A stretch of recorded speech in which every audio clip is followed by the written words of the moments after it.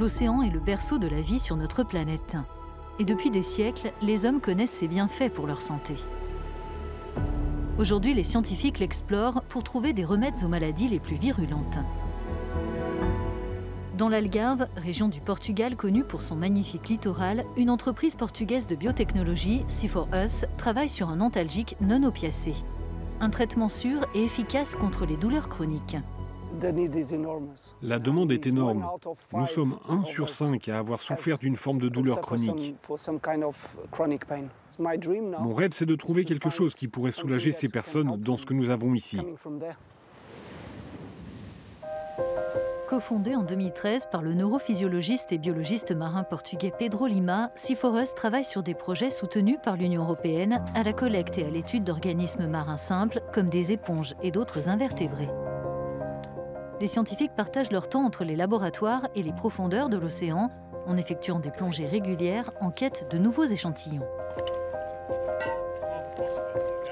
Qu'est-ce qui vous fait penser que les invertébrés marins contiennent les molécules que vous cherchez ? De nombreux invertébrés marins sont fixés aux rochers. Ils ne peuvent pas bouger. Donc ils ont développé ce venin où l'on trouve des composés qui bloquent le signal neuroactif lié à la douleur. Les organismes marins simples peuvent être utilisés pour de nombreuses applications différentes en dehors des soins de santé et des produits pharmaceutiques. La biotechnologie bleue est un secteur à la croissance rapide. Dans l'Union européenne, on estime que ce marché aura atteint une valeur d'environ 10 milliards d'euros à la fin de cette décennie. Un monde au potentiel inexploré est à découvrir.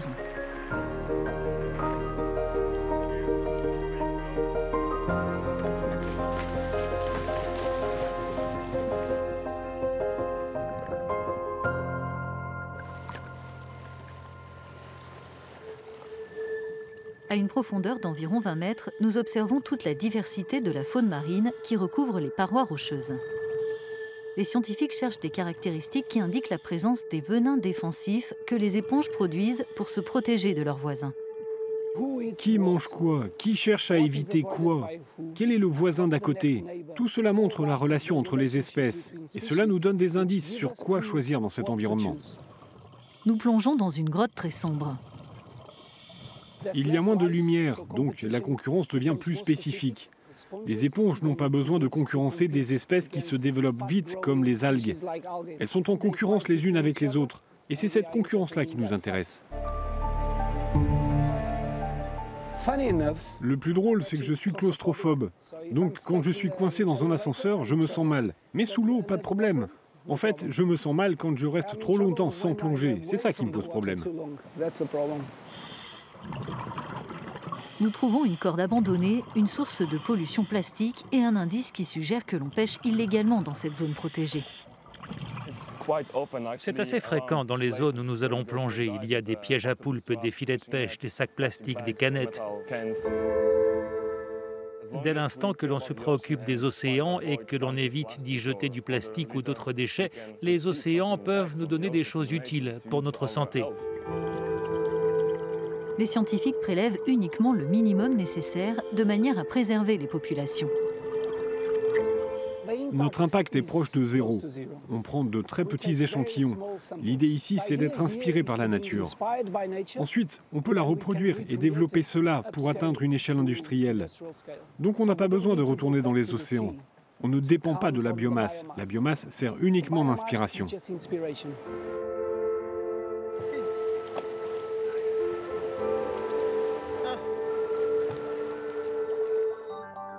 Les échantillons collectés sont étudiés au laboratoire de physiologie de Sea4Us au sein de l'Université Nouvelle de Lisbonne.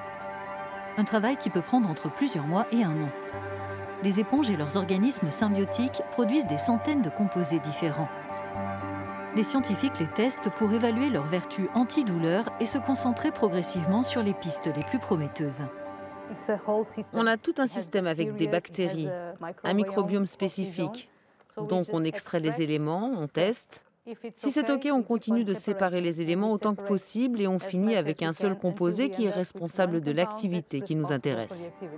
L'équipe de Sea4Us dit avoir découvert 2 molécules qui réduisent l'activité liée à la douleur dans les neurones des ganglions spinaux. Elle prévoit de les fournir à l'industrie pharmaceutique pour la prochaine étape, le développement d'un médicament. Nos résultats ont montré que nos composés réduisent le niveau de douleur. Le risque de développer une dépendance est également limité. Sur la base de ces deux résultats, on pense que notre composé passera par toutes les études cliniques, puis sera mis sur le marché.